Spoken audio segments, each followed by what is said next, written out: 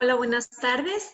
Eh, Les saludamos el equipo de Jason Lighton, Giovanni Velasco, Sheridan Martínez y Fátima Castañeda y vamos a hablar el día de hoy acerca de multilingüismo de minorías autóctonas.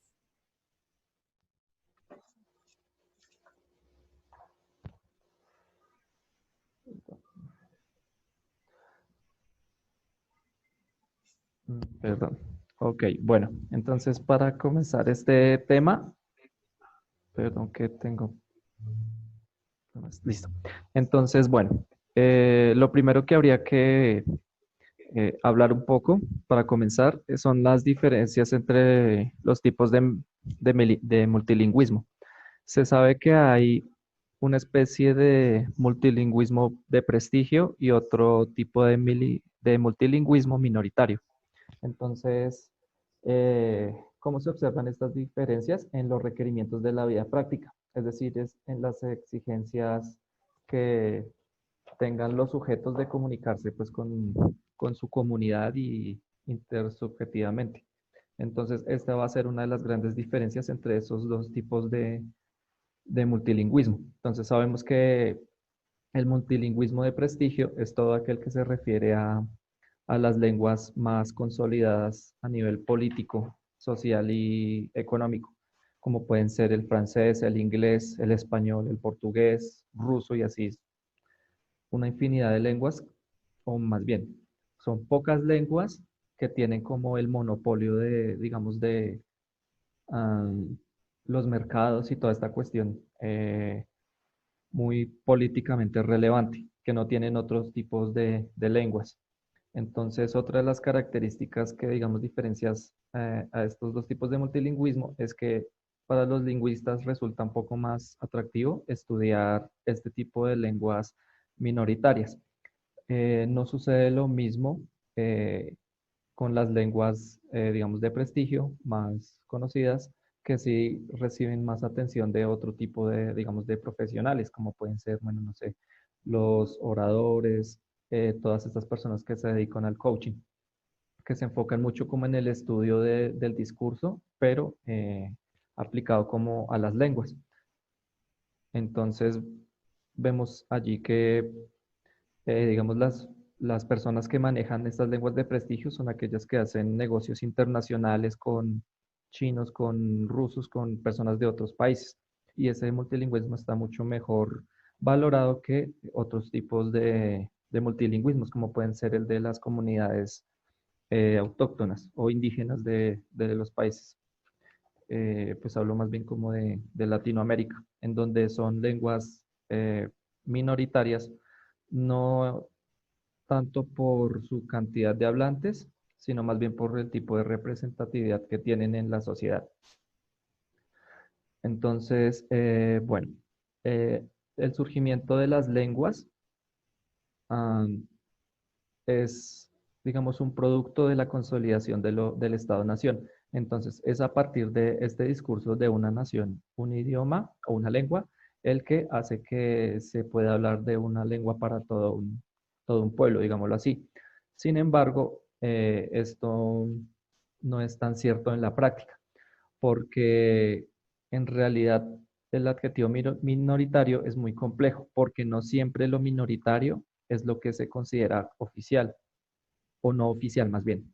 Lo minoritario a veces se ha tratado de vender como lo que es poco, pero en realidad no siempre sucede así. Este es el caso de Suiza y Bélgica, en donde la lengua oficial es en Suiza, la lengua oficial es el francés. Sin embargo, eh, no sucede que la mayoría de la población hable esta lengua, sino que hablan otras como alemán. Entonces, en Bélgica sucede algo similar, en donde la lengua oficial corresponde a una menor cantidad de hablantes, pero y la mayoría hablan otro tipo de lenguas. En el caso del español, en ciertos territorios de Estados Unidos, es el caso contrario. La lengua oficial es el inglés, pero en la cotidianidad la gente habla en su gran mayoría español. Entonces, bueno, ahí desde la autora cita a Edwards como uno de los autores que ha estudiado los problemas ya relacionados directamente con las lenguas autóctonas. Entonces, él nos habla que hay diferentes niveles o factores que inciden como en en estas valoraciones que se hacen sobre este tipo de lenguas. Entonces, hay históricos, individuales, geográficos, económicos, demográficos e ideológicos. Entonces, todos estos factores influyen en que haya un reconocimiento o no de cierta lengua como autóctona o como lengua migrante, que ya vamos a ver un poco más adelante ese tema. Criterios de valoración identitaria de la lengua autóctona. Entonces, son básicamente tres criterios que se mueven en un continuo de extremos. En un extremo estaría el arraigo y en el otro el desarraigo. Entonces, el arraigo es como la pertenencia a una comunidad y a un territorio. Entonces, una, o sea, una valoración se va a mover en ese continuo. Entonces, por ejemplo, bueno, no sé, pienso un poco en el conflicto armado colombiano, en donde ha habido mucho desplazamiento de comunidades enteras indígenas. Entonces, los desplazan de su territorio y eso crea un desarraigo porque bueno, generalmente las lenguas reflejan ciertos aspectos territoriales y rituales propios de ese territorio. Entonces, al ser desarraigados, pues pierde un poco la valoración de esa lengua autóctona. El segundo aspecto es la cohesión. La cohesión se mueve en un extremo de concentración versus dispersión. Entonces, concentración es cuando hay como mucha solidez en la cultura y de los hablantes de un territorio. Y la dispersión es cuando ocurre todo lo contrario, cuando están muy alejados unos de otros. Entonces, la, eh, bueno, entonces en la concentración hay como mayor densidad de intercambio comunicativo, mientras que en la dispersión se hace un poco menos, digamos, menos denso ese intercambio. Entonces eso también afecta mucho la valoración que se tiene de una lengua. El tercer criterio son los límites con grupos de hablantes o familias lingüísticas similares. Entonces, siento que, por ejemplo, en Latinoamérica hay una cuestión identitaria con el español muy fuerte, cuestión distinta a lo que pueda pasar, no sé, en un continente como Europa, en donde hay gran variedad de lenguas que son o sea, tienen ciertas similitudes, pero también tienen muchas diferencias. Entonces eso hace también que haya cierta, cierta valoración pues, de las similitudes o de los problemas que comportan estas lenguas. Entonces, en este momento vamos a ver un estudio de caso, que es el alsaciano. Muchas gracias, Jason. Vamos a hablar sobre el alsaciano. El alsaciano es el idioma tradicional que, como lo veremos en la diapositiva siguiente, es el idioma oficial de Alsacia, que es una región del norte de Francia, pero que durante muchísimos años ha estado o estuvo, perdón, disputada entre Francia y Alemania. Y hasta el final de la Segunda Guerra Mundial fue que ya pasó a ser parte de Francia y en la actualidad es una provincia francesa. Estrasburgo es su capital. Estrasburgo es una ciudad sede de organismos internacionales muy importantes. Esto es importante para que entendamos el contexto cultural en el que se mueve el alsaciano, ¿ok? Este idioma que históricamente, como decía, ha predominado en este lugar, fue un conjunto, se formó gracias al conjunto de dialectos relacionados con el alemán. Sin embargo, a partir de que Alsacia pasa a ser de manera definitiva una provincia francesa, es que el francés se instaura como el idioma oficial de esta región, creando así una ruptura en la tradición de transmisión oral del alsaciano. Los padres dejaron de transmitir la lengua original a los hijos y comenzaron a hablarles mucho más en francés. En la siguiente diapositiva vamos a ver antecedentes de cómo surge, de cómo se plantea esta lengua indígena, autóctona, perdón, y cuál es su perspectiva o cuál había sido su perspectiva.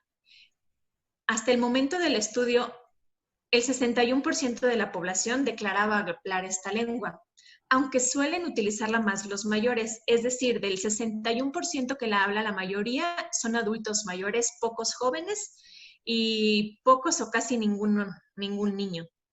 Sin embargo, siempre ha sido un elemento importante de identidad de la zona.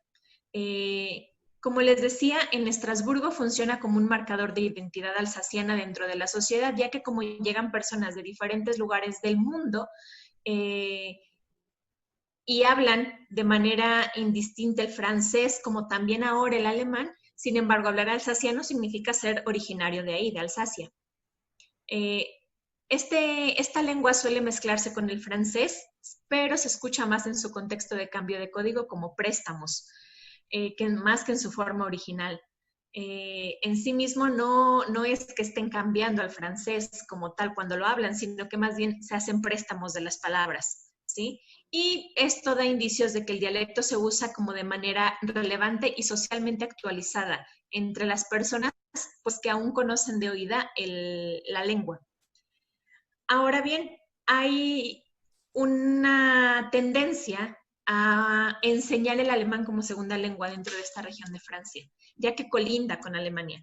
Entonces, esto es interesante porque la lengua autóctona, el alsaciano, al ser originaria de dialectos alemanes, pues es interesante, o será interesante observar qué es lo que va a suceder en un futuro con esta lengua. En la siguiente diapositiva vamos a observar cómo se mantiene el alsaciano como lengua autóctona y qué perspectivas hay respecto de esto. La Carta Europea de las Lenguas Regionales o Minoritarias expresa que en la constitución de un lenguaje no influyen elementos puramente lingüísticos, como ya lo mencionaba Jason, sino que también hay fenómenos psicosociológicos y políticos que tienen una gran influencia. En Alsacia, en 1994, se afirmó la supremacía del francés porque se dijo que formaba tanto el carácter como la herencia de Francia y se eliminaron las lenguas nacionales de las comunidades vecinas, entre ellos el alsaciano, como hay otros también, como el flamenco, por ejemplo. ¿Qué fue lo que sucedió o en qué momento los habitantes de esta región decidieron cortar con la tradición de la lengua de origen? Fue cuando al final de la Segunda Guerra Mundial los habitantes de esta región estaban pues bastante fastidiados con la ocupación alemana y con el hecho de estar pasando políticamente de manos de un país a otro país. Entonces, en ese momento, quienes tenían a su cargo la educación de los niños pusieron un alto y dejaron de transmitir esta lengua. Como vemos, la relación política entre los países erosionó tanto como la vida y la cultura de este pueblo que eligieron dejar de transmitir su lengua. Aunque de pronto van aparecido ciertos repuntes y de pronto se enseñan ciertas cosas en alsaciano, ya no es lo común. Y como comentaba hace un momento, se apunta más bien a que se enseñe el alemán como una segunda lengua después de haber ya salvado las diferencias que se generaron en la Segunda Guerra Mundial. La lectura es muy interesante como comenta que la presencia del lenguaje estándar debería reforzar y debería dar prestigio y legitimidad a una lengua autóctona. Sin embargo, en este caso, pues no funciona así y es difícil prever hacia dónde va a apuntar el desenlace en este momento respecto al alsaciano, si seguirá manteniéndose como una lengua autóctona o dejará de ser y dará paso a la supremacía francesa.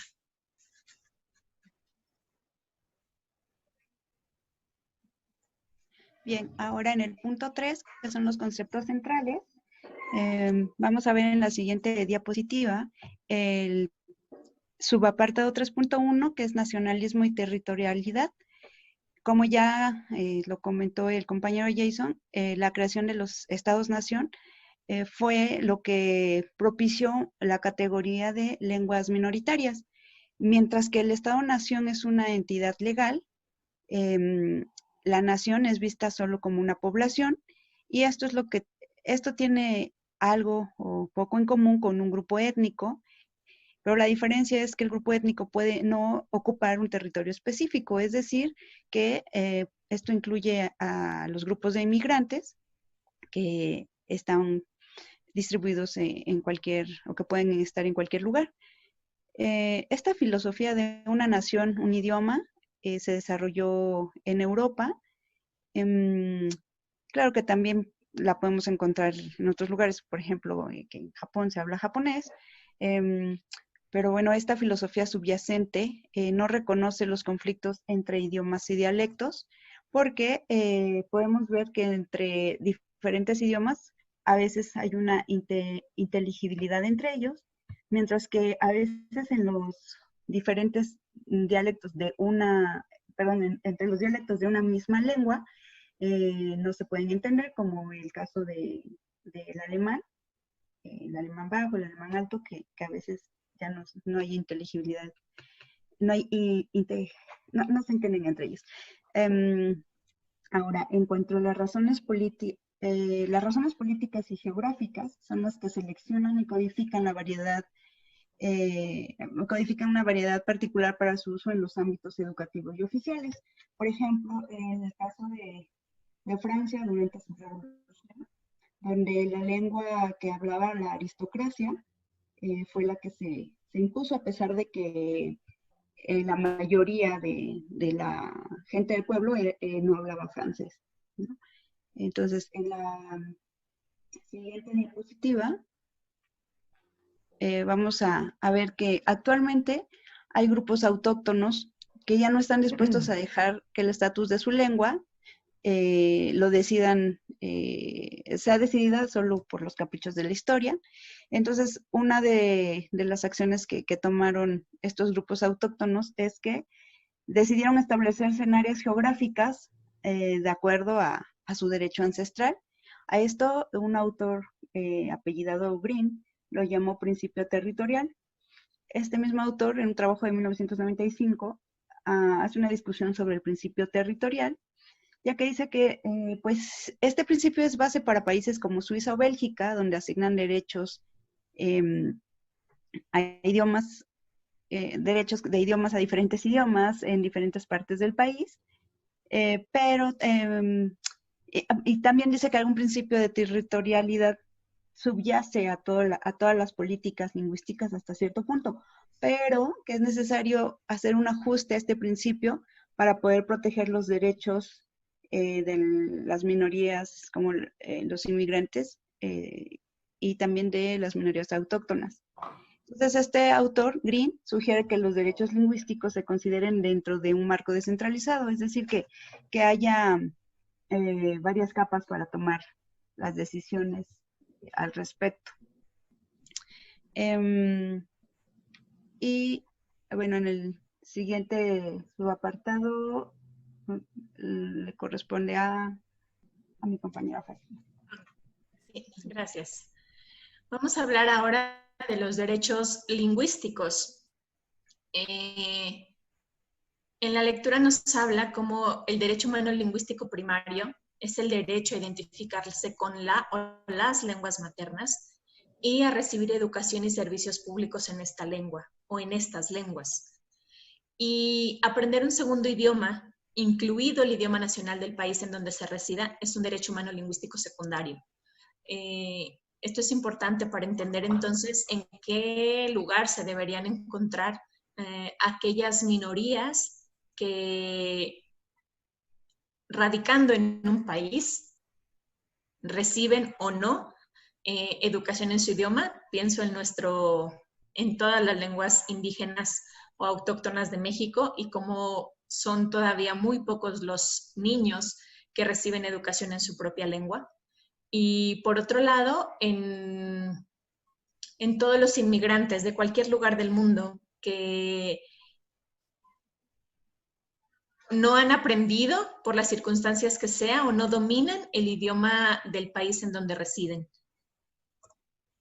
En la siguiente diapositiva vamos a observar cuál ha sido como el camino que estos derechos humanos lingüísticos ha recorrido. El Congreso de Viena fue la primera institución internacional en reconocer los derechos de las minorías nacionales, hablando de derechos lingüísticos. Y pues ha realizado varias gestiones, entre ellos firmar y ratificar la Carta del Consejo de Europa para las lenguas regionales o minoritarias, y crear organismos oficiales y semioficiales en Europa y en otros lugares para la promoción de idiomas particulares.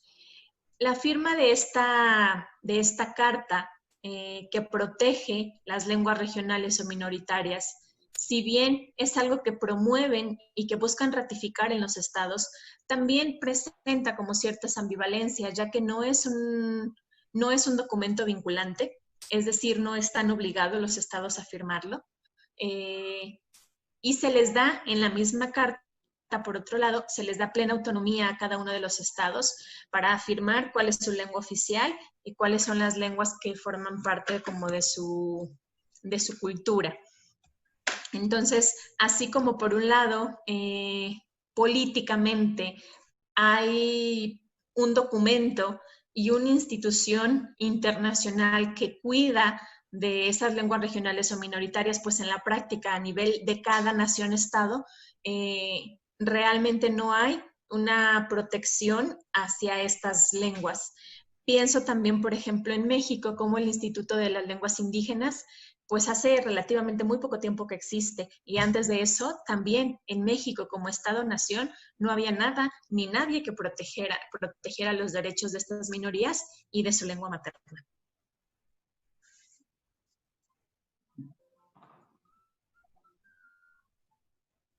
Entonces, la democracia etnolingüística y la planeación de política lingüística resulta pues muy importante para reducir estas brechas que se han creado pues por los fenómenos que hemos venido mostrando.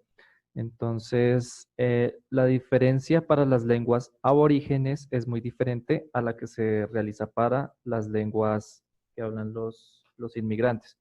Entonces, mientras que hay un arraigo como Estado hacia las lenguas aborígenes, es muy poco lo que se hace con respecto a las lenguas que vienen de otros territorios. Entonces, esto se produce porque hay una tipificación de la cultura y lengua del inmigrante, así como de su proyecto de vida. Esto último es muy importante y quiero ser muy enfático en esto porque se considera que el inmigrante, sobre todo cuando es como indocumentado o tiene una situación irregular y además de esto proviene de un, de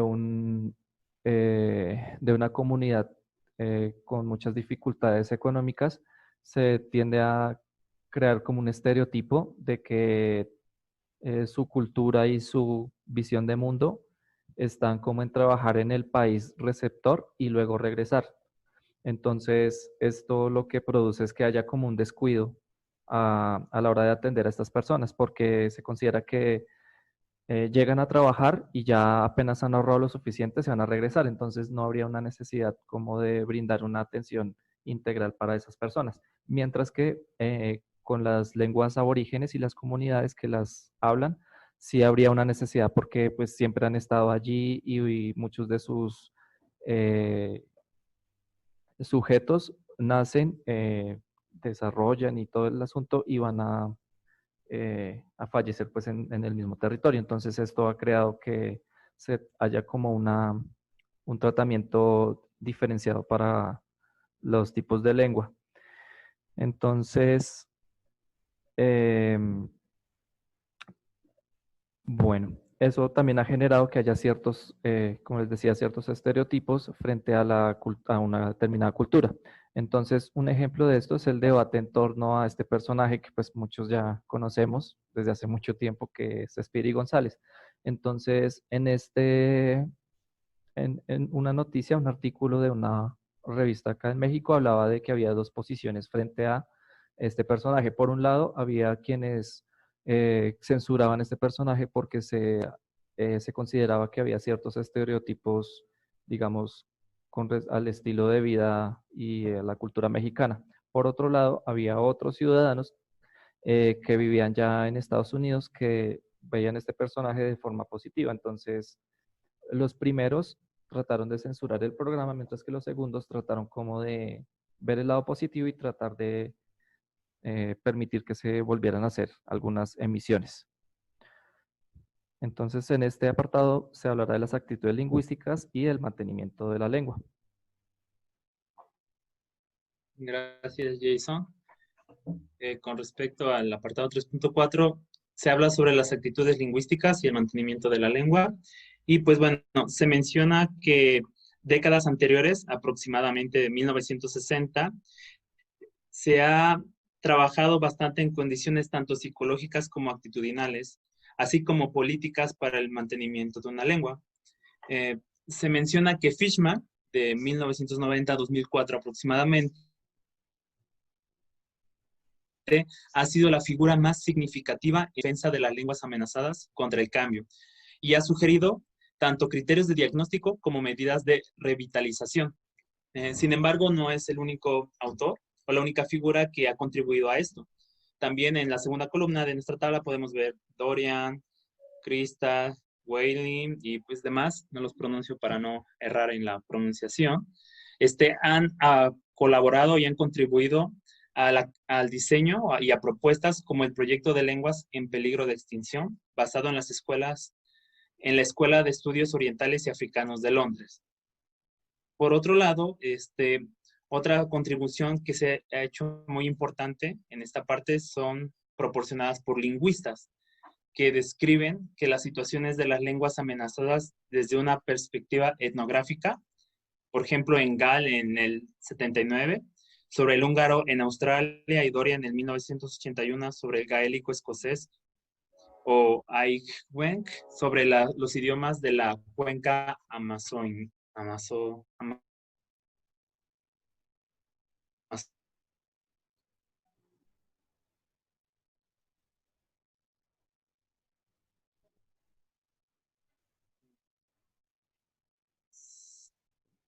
Por favor. ¿Se escucha? Sí. Bueno, yo sigo viendo la misma diapositiva. Gracias. Otra parte para el mantenimiento de la lengua, como se mencionó en un inicio, es el aspecto actitudinal.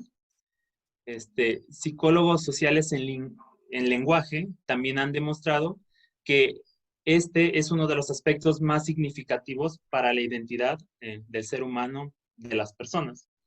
Entonces, es por ello que es sumamente importante y relevante el cómo esto impacta en la identidad misma.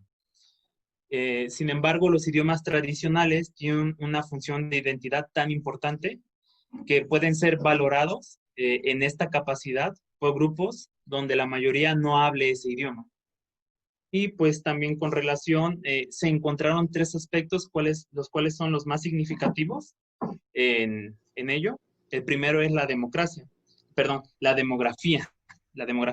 Y la demografía habla del número de habitantes o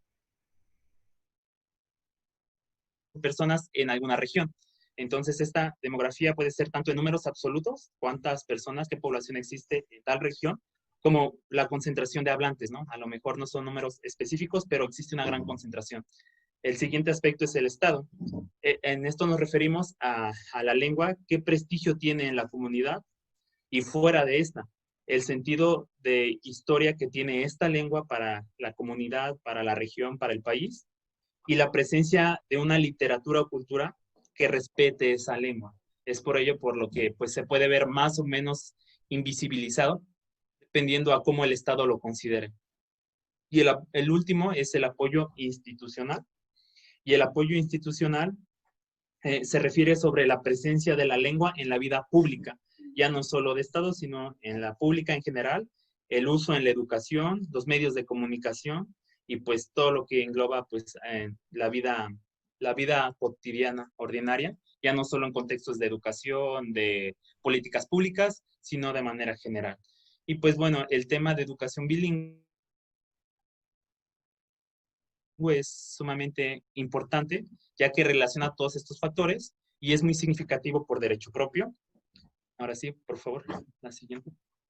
Y pues bueno, solo cabe mencionar que esto se ha resaltado en muchas partes del mundo Y pues esta tiene una importancia tan grande que podría revivir algunas lenguas en donde pues antes no se hablaba, pero existe una importancia que se le da tan grande que pueden regresar.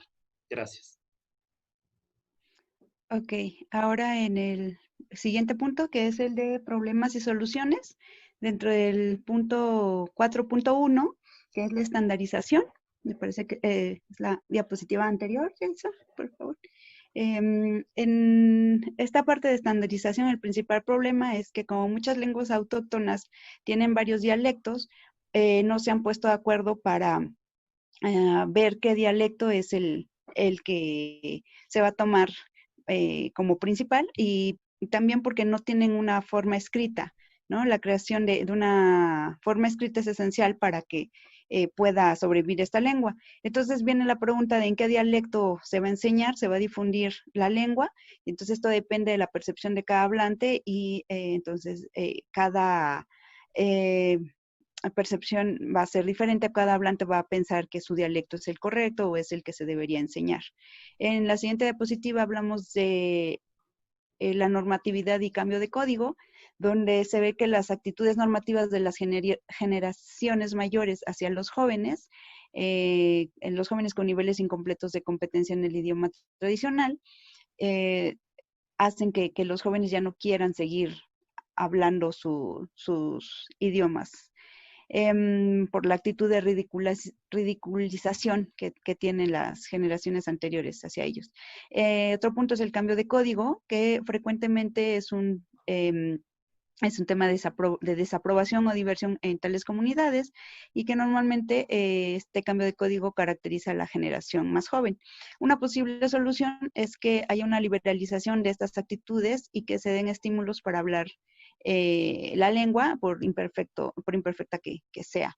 Y como último punto de esta parte es el orden jerárquico político, que nos dice que hay un régimen gubernamental, perdón, que puede haber regímenes gubernamentales que pueden erradicar un idioma, y aquí nos dan un ejemplo de turcos, franceses, que tradicionalmente solo han permitido que sus ciudadanos reciban nombres tradicionales en turco o en francés, u otro ejemplo de alumnos castigados por hablar su lengua materna, y esto pues hará que finalmente se den por vencidos y adopten la lengua mayoritaria, a pesar de que haya una pérdida cultural e identitaria.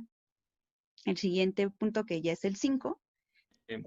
Con respecto a las perspectivas de investigación aplicadas, el griego chipriota en dos contextos. Bueno, con respecto a esto, anteriormente hemos hablado tanto de lenguas minoritarias autóctonas como de inmigrantes. Sin embargo, pues estas tienen algunas similitudes y diferencias entre sí. Con respecto a las similitudes, podemos decir que ambas están en una posición débil en comparación con una lengua estándar promovida por el Estado. Pues pueden estar relacionadas lingüísticamente con la lengua mayoritaria. Estas se pueden dividir en diferentes dialectos o subgrupos, tanto las inmigrantes como las autóctonas, y pueden sufrir falta de confianza a los hablantes frente al poder económico y ventajas que se asocian a la cultura mayoritaria. Estas serían las similitudes. Sin embargo, la siguiente, por favor.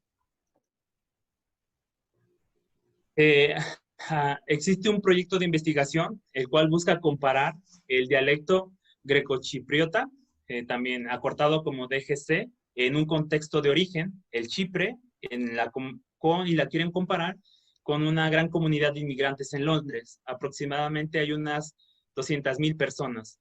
Esto con el fin de poder comparar cómo un mismo idioma, en este caso el dialecto grecochipriota, se comporta o se desarrolla como lengua minoritaria autóctonas en comparación como lengua de inmigrantes en Londres.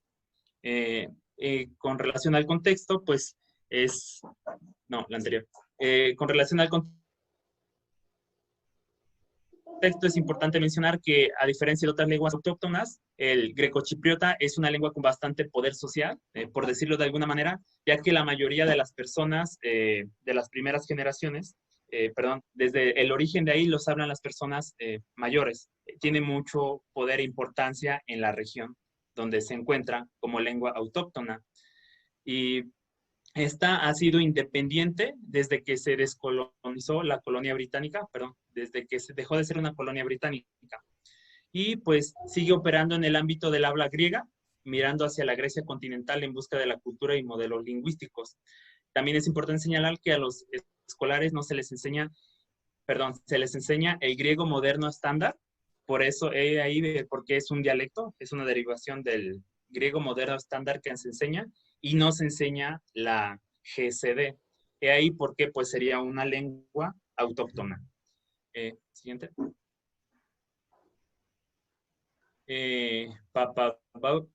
Pablo y Pablo describen a la comunidad grecochipriota como diotriglosa, ya que habla el dialecto grecochipriota, el griego moderno estándar, y también cómo se habla en Grecia continental y el griego purista.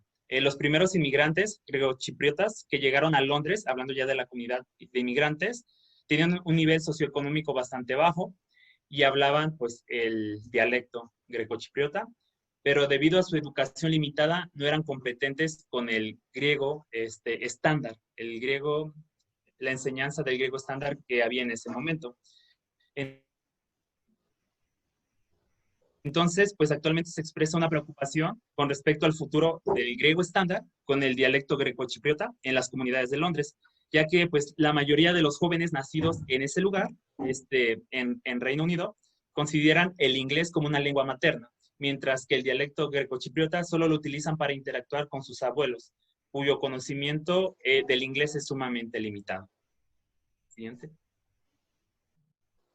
Y pues bueno, y en Gran Bretaña los jóvenes utilizan principalmente el dominio del idioma nacional para un mercado pues más grande y comercial, lo que permite hacer transacciones más variadas y lucrativas que el de las pequeñas comunidades. Por otro lado, en Nicosia, los códigos nacionales, tanto el griego estándar como el dialecto griego, brinda a los hablantes beneficios de solidaridad grupal, además de un capital cultural, económico y simbólico en todos los dominios. Entonces, podemos aquí comparar un poco la situación tanto de inmigrantes como de autoctonía, y pues al final, pues son diferentes fuerzas de mercado que se utilizan tanto por un lado como por el otro. Al final el estudio concluye que pues el paradigma que utilizó fue diferente, fue un estudio de actitud, y pues para utilizar esta técnica se relaciona la identidad étnica y social y el uso del lenguaje a partir de los individuos en varios mercados lingüísticos. El diseño de esa investigación se basa en datos de la teoría, bueno, se basa en los datos que utilizaron la teoría de la práctica, y pues bueno, el cambio de un idioma que se está produciendo tanto en comunidades como Alcia muestran cómo el concepto de autóctono no es absoluto, sino que depende de una variedad de factores contextuales. Es decir, a pesar de que es considerada o se puede considerar como una minoría, podemos ver que puede encontrarse en cierta posición y poder tanto económico como social, como para darle una importancia mayor en comparación con otras lenguas autóctonas. Bueno, como conclusiones generales, vemos que el multilingüismo de las minorías autóctonas es tan variado como el de los grupos indígenas o comunidades inmigrantes. Entonces, las fuerzas multidimensionales ejercen una presión en la conservación y uso de las lenguas. Entonces, para hacerse una idea, hay estudios económicos sobre el valor de la lengua. Entonces, miden, bueno, esto no lo menciona el estudio, pero a veces le sirve a uno para dimensionar un poco que la lengua es también patrimonio no solo cultural, inmaterial, sino también económico. Entonces, hay estudios que pueden tratar de cuantificar cuánto cuesta una lengua. Entonces, a través de eh, indicadores, por ejemplo, el número de libros que se imprimen, cursos o la cantidad de la demanda de cursos de determinada lengua y una cantidad así de variables pueden determinar el costo económico de una lengua. Entonces, si uno compara una lengua, digámoslo, más consolidada o prestigiosa en comparación con otra lengua que no tenga tanto peso, uno va a ver que allí hay unas inequidades pues que es importante tener en cuenta y de eso hablan las fuerzas multidimensionales.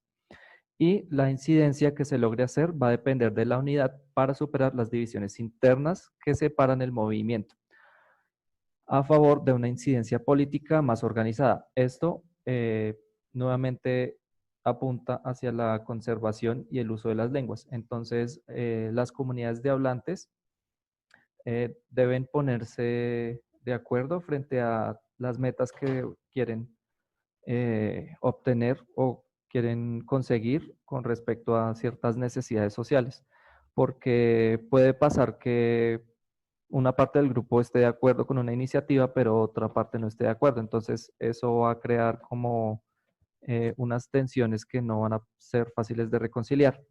De manera que lo que tiene que primar allí es un poco el consenso y pues el diálogo entre las diferentes comunidades que hablen familias lingüísticas y bueno, tanto hacia lo macro como hacia lo micro, que sería el individuo y la comunidad y su familia. Entonces, generar estas alianzas y este actuar colectivo puede ser muy importante en la acción política.